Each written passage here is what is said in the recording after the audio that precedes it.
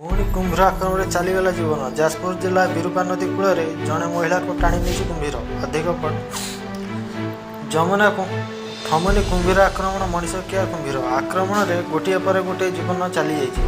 केन्द्रापड़ा जिलार कुंभीर आक्रमण मृत्यु खबर आसुवा बेले एवं जाजपुर जिला कुंभीर आक्रमण में जड़े महिला को मृत्यु होती। जाजपुर बरी अमठापुर जड़े महिला को आज बुधवार कुंभीर टाणी नहीं। विरूपा नदी में लुगा सफा करता बेले महिला को पानी टाणी नहीं गला। पानी टाणी होता छकी बसी कुंभीर खबर पाई अग्निशमन और जल स्थानीय लोके खोजाखोजी करते। दीर्घ समय खोजाखोजी पर महिला खंड विखंडित मृतदेह उद्धार कराइला।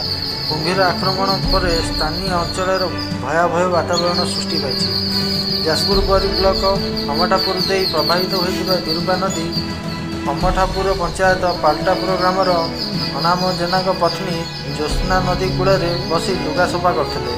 यही समय छकी बसला एक कुंभीर ताकू नदी भितर टाणी नहीं जाता। स्थानीय लोके अग्निशम विभाग को खबर देवा पर खोजाखोजी आरंभ होता।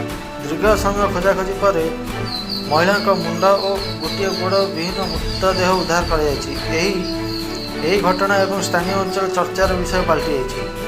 घटनास्थल चंडीखोल वन विभाग अधिकारी पहुंची मृतदेह विच्छेद पठाई जाइछन्ति। कुंभीर को काबू करने को स्थानीय लोकंर दाबी कर प्रकाश थाए कि गत किछि दिन हम कुंभीर आक्रमण में अनेक मृत्यु होइछि। गत जून मासरे केन्द्रापड़ा जिला पट्टामुंडी थाना अंतर्गत निमापुर जड़े कुंभीर आक्रमण में जड़े नाबालिक मृत्यु होता। ब्राह्मणी नदी कूल नाबालक झाँपी नहीं कुंभीर। यापर से मास 21 तारिख हाथी आगड़िया गाँव में जड़े महिला नाल गाधेला बेले कुंभीर झाँपी नहीं।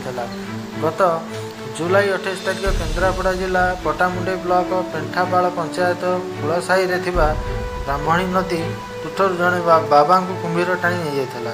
मनीष खिया कुंभीर गोटे पर गोटे मुंडा नहीं चली वन विभाग चुप बसी सते केबे